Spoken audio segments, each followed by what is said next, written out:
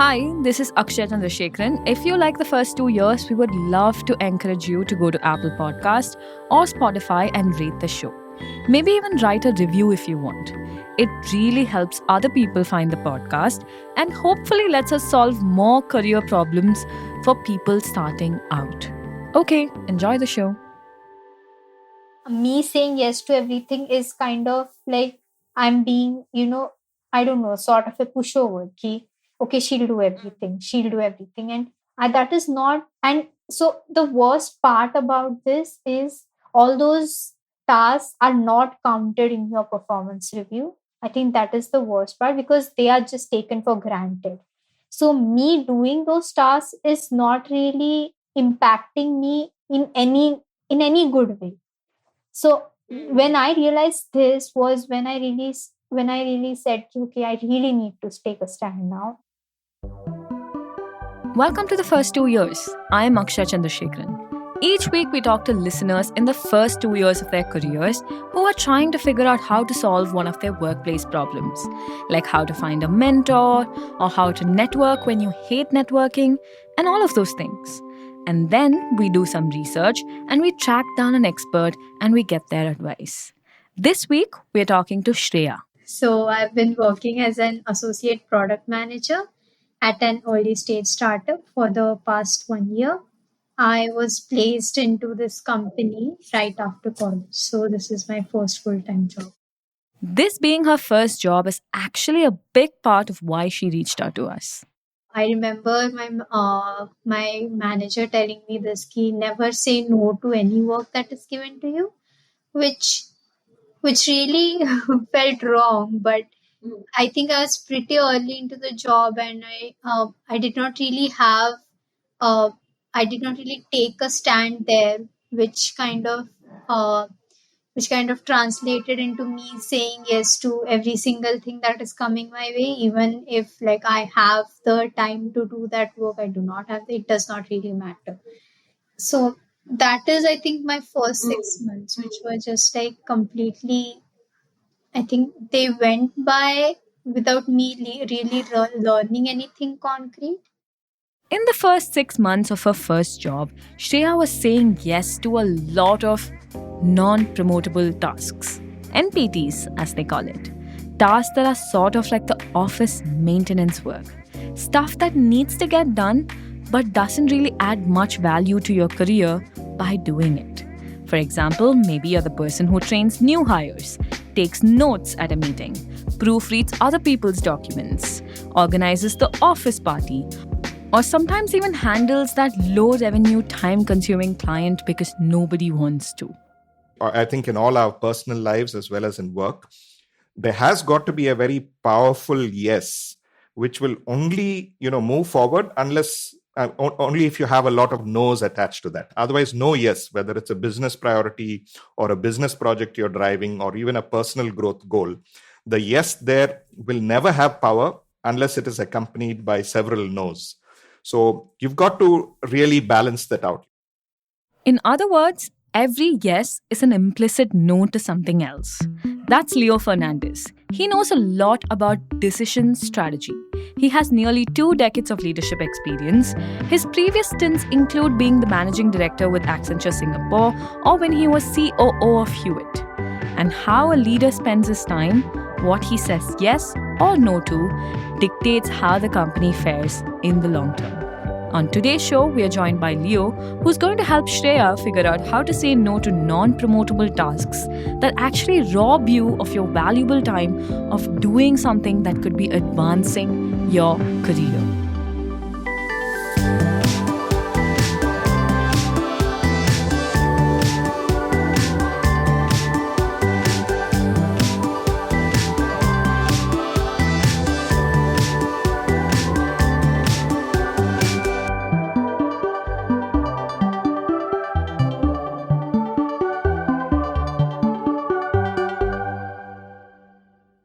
At what point did you realize that this is becoming a problem, Shreya? Like that you're saying yes to everything. So there was this. So there was a time. So I had a mail colleague who kind of entered the same year as I had entered. And so he was given a document to prepare, okay? And that person really made a mess of the entire format. That document finally came to me, and I was told, ki, okay, format this document or put it into, like you said, proofread the document, just, make it make sense. And, make sure the indentations and all the alignment is right, the font size is right. And that really made me wonder, kind of, okay, him doing that is okay, that's kind of, I don't know, expected. He's been doing a great job. He did a great job preparing a completely messy document. But I have been given the task of proofreading it, aligning it properly, and oh, there are like countless examples like this. When Shreya joined the startup, she kind of noticed that she had very few women colleagues. And oftentimes, they were the ones who were assigned to a lot of these non promotable tasks. So, on one side, you're noticing that there are these stereotypes at play, right? Which I get in a much, much smaller scale whenever there is an office party or something. I've seen that there is a cake, and no matter who the party is for and who's cutting the cake, it'll only be the women employees at the company who come forward to get their hands dirty, slice it into smaller pieces, and distribute it and all of that, right? While mostly like men, colleagues, who just stand around waiting for it to be handed to them, right? It's such a small thing, but it made me wonder if they didn't want to be, like, seen doing even something slightly domestic, in the workplace. So I kind of get it. Like, there are definitely these very subtle things that happen in the background. But I've also noticed that sometimes you have you have internalized the expectation that you should say yes, right? These women also volunteer to come and like slice the cake for other people to have and all of that, right? So do you think you have internalized the expectation to say yes? Yeah, definitely. Definitely. It's, I think somewhere also my manager kind of saying ki just say yes to everything had kind of even it had kind of put some pressure on me ki, okay, so this is maybe how work is done here, and I have to say yes to every single task that comes my way. It does not really matter if it is related to my job or not. I do not have that freedom to evaluate the task, how it is helping me or not helping me also. So that also I feel like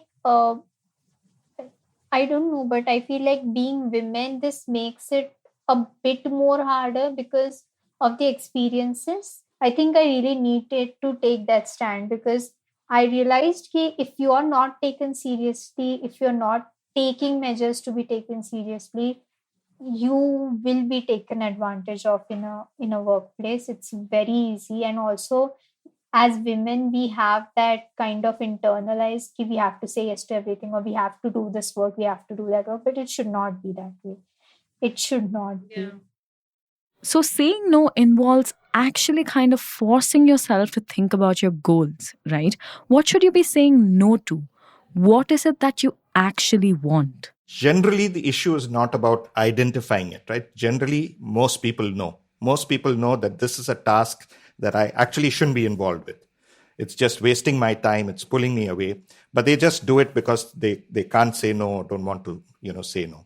So I really think it's more about building that courage to say that these are my priorities in my role, in what I'm choosing to do in this organization, and then to very resolutely and respectfully learn to say no.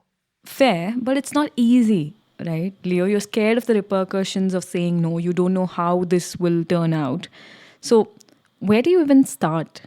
Start with some low risk no's. So somebody has come to you with a small task, and you just make a resolution that, whenever these requests come up in this small low risk category in these coming 2 weeks, I'm going to say no without having to justify myself, without having to provide any long explanations. I'm just going to say no and say that, I have other pressing priorities that prevent me from taking this on. So it's going to happen through you first deciding that I am going to get out of this. I'm going to stop being, held by these illusions that I've been constructing or lies I've been telling myself that, this makes me liked, this makes me indispensable. So I think, once you realize that, you start with small victories and keep building it out till you're able to, break character, as you're saying, come out of that kind of label that people have put on you. That's only going to happen by strong action that you can consistently take. So the important word there is consistency, because once you say on Monday you say no, then on Tuesday you're back to saying yes, then people are going to kind of not be sure which direction you're heading. So I think you need to give those clear signals that I've realized that a lot of my core priorities are being neglected because I'm taking up too much of these, small stuff, and therefore I need to start saying, no. So you said most people kind of know when it's an NPT that's coming their way, but don't say no because they're scared to say no, which is absolutely right. I'm with you on that. But alternatively, there is also this feeling of the first few months just being a complete blur, right? You genuinely don't know sometimes how to weigh these tasks and how do I evaluate these tasks. So then what do you do? So in some ways, I think you really need to ask yourself that question when these kind of NPTs keep hitting you, right? By my not being involved here, am I going to cause, some damage to somebody? Am I going to, somebody is not going to, I'm not helping out somebody. So ask that question of yourself, by my not getting involved, is the organization going to be impacted negatively? Is a client going to lose out? Is a young teammate going to lose out? So those should be situations where you say, yes, I will go into this NPT because there is a chance for impact. There is a chance for growth. But where you can identify that these are just small stuff that are pulling you away from the big things, you must very rigorously, say no. I call that the sugarcane stuff, right? So the sugarcane stuff, because you chew it, you get a little sweet juice for a while, and then you have to spit it out. You aren't able to consume it, right? So you've got to identify what's this sugarcane stuff that's coming at me, which I may enjoy in the moment, or it may seem like a good thing in the moment. I might even feel good in that moment, but it's really, dragging me away from the priority stuff. Okay. This sugarcane stuff is quite interesting because one of the reasons I think people also say yes is because you're flattered someone thought of you. It's nice to be called upon, and sometimes it's that basic. But based on what you said, right, are there also NPTs that are good for me, like that I shouldn't say no to? Yeah, I think if you tend to view everything from the promotability lens, you could end up losing sight of opportunities where you can, make an impact with the organization, make a difference to colleagues, ensure that a client is kind of turned around. So there are lots of things that sometimes might not necessarily be in that, promotability filter. But that could be areas of growth for yourself, areas where you can make a difference. And ultimately, I think I'm really talking about compass.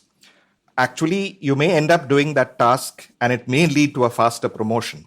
But if your compass to make decisions is, I will do this only if it helps my promotion, or I will not do this if it doesn't help with my promotion, that could lead to a very narrow lens. So I'm not suggesting that, you abandon that, but I'm saying when that becomes your only compass, I think you narrow your own growth trajectory.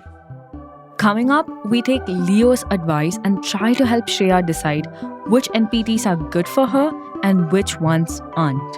And Leo gives us another lens to look at the whole thing that might just shift your entire perspective on this.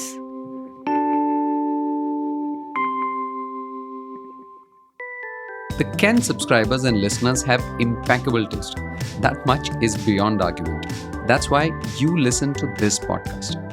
That might also be why you love 2x2, our weekly podcast that asks seemingly obvious questions about companies and topics that few others do. For instance, in our latest edition, Praveen Gopalkrishnan and I, Rohan Dharmakumar, asked why a company started not too long ago by two literal teenagers, Zepto, is behaving like it's going to win the All India Retail Gold Medal shortly. even when right now it's merely a bronze medalist, and that too in the quick commerce category. Is Zepto delusional? Or are its rivals overconfident? We're joined by Arvind Singhal, founder and chairman of Technopack Advisors, and Sitaraman Ji, the Kent's deputy editor, in a spirited and lively conversation. We call 2x2 your personal investigative brain because we do the researching, questioning, discussing, and answering for you. Thank you for your time and your impeccable taste. Links to 2x2 are in the show notes.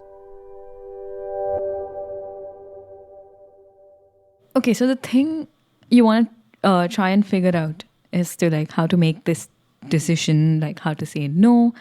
And let me just ask, right? Like, why is this so hard?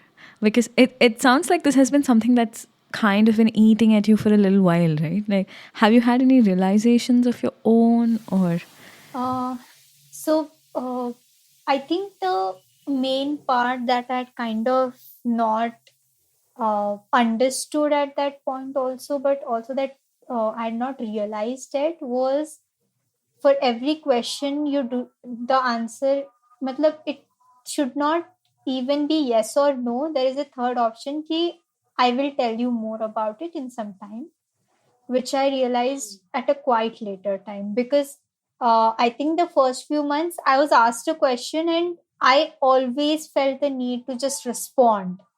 And obviously, 99% of the times it was a yes. But I think after like some other team leads were kind of giving me tasks that were not related to what I was doing and stuff, my manager kind of pulled me aside. He was like, you are not supposed to do this task and why are you doing them? And I was like, because I'm a fresher, I'm in my probation period, I'm a fresher, and I am supposed, and I've always felt like I'm supposed to do all of these things. And he was like, no, you're not. You have kind of passed that stage now. You are not a early professional, or you have spent the time getting familiar. Anytime you feel like this is not something you are meant to do in your job, just say, I'll get back to you. We often feel the urgency of a request if it comes from someone more powerful or higher up in the organization. We feel the need to respond. We feel the pressure to say yes then and there. But usually, the best thing to do, which Shreya has figured out from her experience, is to say, I'll get back to you. Give it 24 hours, and that will make it easier to say no later. Okay, Leo, tell me about the better framework. I would say that a better lens to use would be growth and impact. Yeah. So are the tasks and actions that I'm performing in the office, helping with growth, and are they helping with impact? Need not necessarily be through only the promotion versus or promotability versus non-promotability type of lens. In fact, I would almost suggest that a better way to define NPTs is non-priority tasks rather than non-promotable tasks, right? So is this thing a priority versus is it not a priority? Oh, I like that reframing of non-promotable tasks to non-priority tasks. This means that I have to know my priorities, right? Not just for now, but like in the long run as well. When they're making these choices in an organization, to realize, that every day when you go into work, you're carrying two instruments, a microscope and a telescope. So you really have to go into every day saying, okay, these are a lot of nitty-gritty things that I have to deal with and these need to be done. But also zoom out and ask yourself, what is the big picture on this? Where are we going with this? Where is this, taking me? So I think it's important to zoom out and ask yourself that, right? So whether it's, a question of your promotion or whether it's a question of priorities, I think an important exercise for everybody to do every day is to ask yourself, this is the microscope view of what I'm doing today, but what is the telescope view of it? Is it really adding to moving the organization forward, my career, my growth, my impact forward? So I would just add that as a final point, that to be conscious of that zoom out and zoom in balance that we need to do every day. Okay, I also want to acknowledge that a lot of these times, these NPTs get assigned to women. a lot of these times, right? We touched upon this, but there is a lot of research out there. Anybody wants to Google it and find out that women do 200 more hours of NPT work and these dead-end tasks compared to men. And I just want to make sure we're acknowledging that. These negative stereotypes will just keep on happening in an organization. So I think it's important for, as you rightly put it, not just for themselves, but also for others in the organization. We owe it to everybody to be able to stand up. So, for example, in a meeting, every time if the young lady employee is being told to take the minutes of meetings, so that's almost like, subconsciously treating her as the secretary in the room.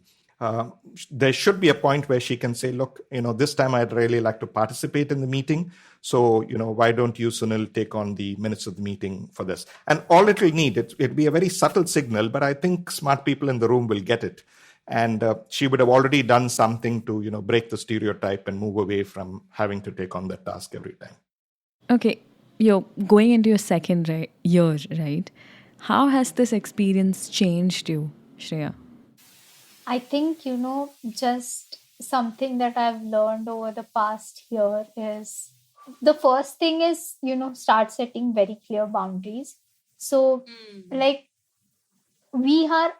feel like women especially are always multitasking. So, even if we do not like it, we can do the job very, very, in a very good way, in a very efficient way. But that really does not mean that we undervalue ourselves or, be very open or say yes to everything, which I really realized after a few setbacks. But I'm glad I did. And I'm also kind of glad that I kind of built that rapport with my manager, and I was very clear from then on, okay, this is what I'll do and nothing more than that, because these don't amount to anything. Well, that's a whole other episode, right? How to convince people that women are multitaskers is a complete myth, pseudoscience. Thank you to Shreya for sharing her story with us. She's currently working at the early stage startup and she was afraid her colleagues might listen to this, so we had to conceal her identity and give her a different name. Special thanks to Leo for all the fantastic advice. And if you have a problem that needs solving, send me a note at akshay@the-ken.com and we might be able to help.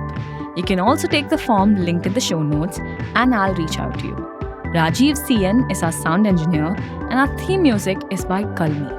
This episode was written, hosted and produced by me, Akshay Chandrasekharan. And before you go, don't forget to check out our latest brand new podcast by the Ken, 2x2. Thanks for listening. Link is in the show notes.